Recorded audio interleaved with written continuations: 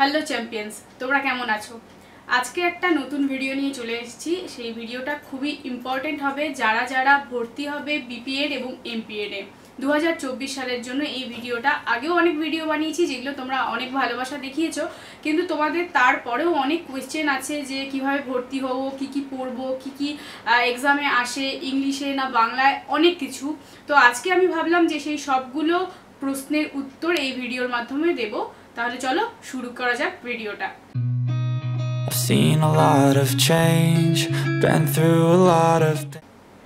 প্রথমে একটা কোশ্চেন আমার কাছে খুব বারবার আসে যে যদি গ্র্যাজুয়েশনে ফিজিক্যাল এডুকেশন না থাকে তাহলে কি বই পড়তে হবে।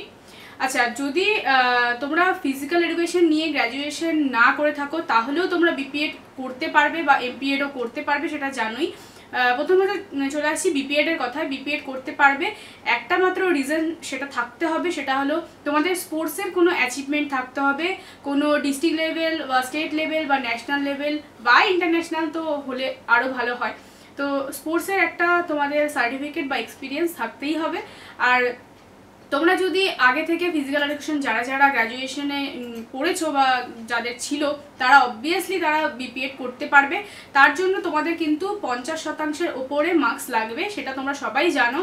আর কি কি ক্রাইটেরিয়া আছে, বিভিন্ন কলেজে বিভিন্ন রকমের ক্রাইটেরিয়া থাকে, যেমন তোমাকে স্পোর্টস অ্যাচিভমেন্ট থাকতে হবে, তারপর ফিজিক্যাল এডুকেশন থাকতে হবে, এছাড়াও বয়সেরও কিছু সীমাবদ্ধতা আছে যে এত থেকে এত বছর পর্যন্ত করতে পারবে, বয়স কম হলে চলবে না, বা বেশি অনেক জায়গায় কোনো কোনো জায়গায় এই সমস্যাটা থাকে। তো আমি সেটা নিয়ে আজকে কথা বলছি না, আজকে বলছি যে ফিজিক্যাল এডুকেশন থাকলে বা না থাকলে করা যেতে পারে কি না। প্রথমত যে ফিজিক্যাল এডুকেশন যাদের যাদের আছে বা ফিজিক্যাল এডুকেশন যাদের যাদের ছিল বিপিএড এর ভর্তির আগে গ্র্যাজুয়েশনে, তারা অবভিয়াসলি ভর্তি হতে পারবে। তারা তাদের সেই রেজাল্ট তো জমা দেবেই, এবং সেই রেজাল্টের মার্কসের ভিত্তিতে কিন্তু তাদের একটা নেম লিস্ট আসে, তারপরে কিন্তু টেস্ট দিতে হয়।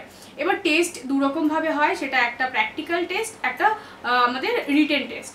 এবার প্র্যাকটিক্যাল রিটেনের পরেও অনেক কলেজ রয়েছে যারা তোমার পার্সোনালিটি টেস্ট নেয়, যেটাকে বলে ভাইবা, বা যেটাকে বলে না ভাইবা টাইপের একটা পার্সোনালিটি টেস্ট হয়, যেখানে তোমাকে অনেক কিছুই জিজ্ঞেস করবে। কি কি জিজ্ঞেস করবে সেটা আমি পরে বিস্তারিত বলবো। সবার প্রথমে চলে আসি রিটেন এক্সামের কথা। যাদের ফিজিক্যাল এডুকেশন নেই তারা কিভাবে তারা রিটেন এক্সামের জন্য প্রিপারেশন নেবে। যাদের ফিজিক্যাল এডুকেশন সাবজেক্টটা ছিল না তারা অবভিয়াসলি আগে তোমরা দেখতে পারো সব ইয়ারের সব কলেজের সব ইয়ারের কোশ্চেন পেপার কিন্তু তাদের ওয়েবসাইটে আপলোড করা থাকে।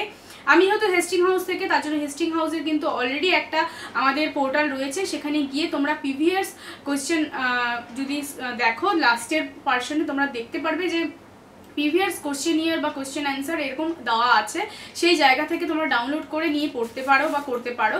আর যারা বিপিএডে ভর্তি হবে তাদের গ্র্যাজুয়েশনে যে কোশ্চেনগুলো থাকে, বিশেষত শর্ট কোশ্চেন, বড় কোশ্চেন খুব একটা থাকে না, কিন্তু অনেক জায়গায় বড় কোশ্চেনও কিন্তু অ্যাটেন্ড করতে হয়, সেটা বাধ্যতামূলক। সেখানে কি কি ধরনের কোশ্চেন আসে গ্র্যাজুয়েশনে, যেগুলো আমরা পড়ে আসি, অনেক কিছুই পড়ি, সেটা আমরা বিস্তারিত অন্য কোনো ভিডিওতে আলোচনা করব যে কি ধরনের পড়া গ্র্যাজুয়েশনে থাকে। যাই হোক, তোমরা কিন্তু সেই প্রিভিয়াস ইয়ারের কোশ্চেনগুলোকে দেখে তোমরা একটা পড়াশোনা করে আসতে পারো। না হলে তোমরা আরেকটা কাজ করতে পারো, সেটা হলো যে কোনো একটা চটি বই, যেটা হলো ফিজিক্যাল এডুকেশন রিলেটেড, সেই বই তোমরা নিতে পারো। সেই বই থেকে তুমি পড়াশোনা করে কিন্তু রিটেন এক্সামে বসতে পারো বিপিএডের জন্য, বিপিএডে ভর্তির জন্য। আর এমপিএডে যারা রয়েছে তারা কিন্তু আলাদাই পড়াশোনা থাকে, বিপিএডের সমস্তটাই থাকে। বিপিএডের 4টা সেমিস্টারে শর্ট কোশ্চেন দেখে আসবে, এবং বিশেষত তোমাদের লাস্ট সেমিস্টার যেটা থাকে ফাইনাল সেমিস্টার বিপিএডের, সেটা কিন্তু এমপিএডে খুব প্রয়োজন হয়, কারণ বিপিএডের যা পড়াশোনা তার থেকে কিছুটা বেশি পড়াশোনা আমাদের এমপিএডে করতে হয়। তো তার জন্য তোমাকে বিপিএডটা আগে ভালো করে পড়তে হবে, তাহলে তুমি এমপিএডে ভর্তি হওয়ার জন্য এলিজিবল হবে। এটা হলো 1 নম্বর।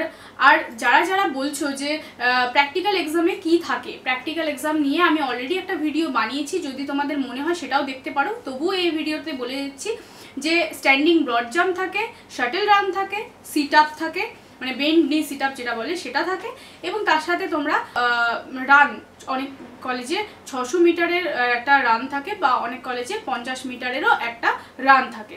তো এই সবগুলো কিন্তু থাকে। এছাড়াও অনেক কলেজ অনেকভাবে তাদের এক্সামগুলো নেয়। অনেক কলেজে মেডিসিন বল থ্রো থাকে, অনেক কলেজে তোমার যেটা মানে স্ট্যান্ডিং ব্রড জাম্প সেটা কিন্তু অনেক আলাদা হয়, মানে আলাদা টেকনিক একই থাকে, কিন্তু তোমাকে একটা মার্ক করে দিবে যে এই লাইনটাকে তোমাকে ক্রস করতেই হবে। এবং তার সঙ্গে 1 মিনিট সিট আপের যেটা থাকে, 1 মিনিটে তুমি কতগুলো সিট আপ দিচ্ছ তার উপরেও ভিত্তি করে তোমার কিন্তু ফিটনেস টেস্ট নেওয়া হয়। এই সমস্তটা কিন্তু ফিটনেস টেস্টে চলে গেল। আমরা রিটেন এক্সামে কী কী থাকে সেটা নিয়ে আলোচনা করলাম। শর্ট কোশ্চেন মূলত থাকবে, সেই কোশ্চেনগুলো তোমরা আগের প্রিভিয়াস ইয়ারের কোশ্চেন পেপার একটু দেখলে পরে বুঝতে পারবে, সেটা থেকে করে নেবে। এবং প্র্যাকটিক্যাল এক্সাম নিয়ে কথা বলা হয়ে গেল। এবার চলে আসি ভাইভা। এবার আমাদের ভাইভাতে কী ধরনের কোশ্চেন থাকে। বিশেষত যারা বিপিএডে ভর্তি হয় তাদের জন্য কিন্তু খুব হার্ড কোনো কোশ্চেন থাকবে না, সেখানে আমরা খুব একটা কঠিন প্রশ্নের সম্মুখীন হই না, সেখানে আমরা খুব সহজ সহজ কোশ্চেনের সম্মুখীন হই, বা সেখানে কোশ্চেন খুব হালকা বা খুব একটা লাইট ওয়েটের কোশ্চেন হয়।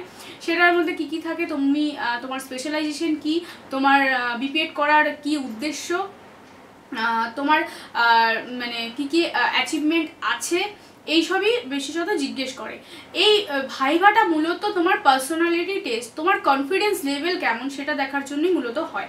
তো তোমার এই জিনিসগুলো মানে দূর করার জন্যই কিন্তু, মানে ভীতিটা দূর করার জন্যই কিন্তু, বা কমিউনিকেশন কেমন সেটা দেখার জন্যই কিন্তু আমাদের ভাইভাটা নেওয়া হয়। এবার যারা যারা ভয় পাচ্ছ যে 2024-এর এই এক্সামগুলো কী রকমভাবে হবে, সেগুলো নিয়ে আমার মতে কোনো ভয় পাওয়ার দরকার নেই। আমার মনে হয় যে আমার এই চ্যানেলের মধ্যে শুধু বাংলাতে, শুধুমাত্র ওয়েস্ট বেঙ্গলের কলেজগুলোকে আমি রিপ্রেজেন্ট করছি বা বলছি তাদের কথা, যেহেতু বিপিএড কিন্তু দুটো ল্যাঙ্গুয়েজে হয়ে থাকে, একটা বাংলা একটা ইংরেজি। যারা বাংলায় করতে চাও বাংলায় করতে পারো, যারা ইংরেজিতে করতে চাও ইংরেজিতে করতে পারো, কিন্তু আমার মতে বাংলার থেকে আমার মনে হয় ইংরেজিতে করাটা বেশি ভালো হবে। কারণ তোমরা যখন এমপিএড করবে তখন কিন্তু তোমাদের সম্পূর্ণটাই ইংরেজিতে করতে হবে, এক্সেপশনাল একটা বা দুটো কলেজে। তো তোমরা যদি বাংলায় করো তার থেকে আমার মনে হয় ইংরেজিতে করাটা বেটার, কারণ আমাদের কমিউনিকেশনটা ভালো হবে। কারণ আমরা বেসিক্যালি সবাই বাংলায় কথা বলি, বাংলা আমাদের কাছে খুব সহজ সরল, কিন্তু ইংরেজিতে আমরা ভয় পাই, ভীতি আছে, সেই ভীতিটাকে দূর করার জন্যই আমি বলছি। এবার তোমাদের চয়েস, তোমরা যেটা ভালো বুঝবে সেটাই করবে। আর হ্যাঁ, আরও যদি কোশ্চেন থাকে তাহলে সেই কোশ্চেনগুলো তুমি আমার এই ভিডিওর নিচে কমেন্ট বক্সে করতে পারো, আমি সব কিছুর অ্যান্সার দিয়ে দেবো। তো আজকের ভিডিওটা বেশি বড় করছি না, ভিডিওটা এখানেই শেষ করছি। যদি কোনো কোশ্চেন থাকে অবশ্যই জিজ্ঞেস করতে পারো। আজকের ভিডিও এখানেই শেষ করলাম, দেখা হবে নতুন ভিডিওতে। আজকের মতন টাটা।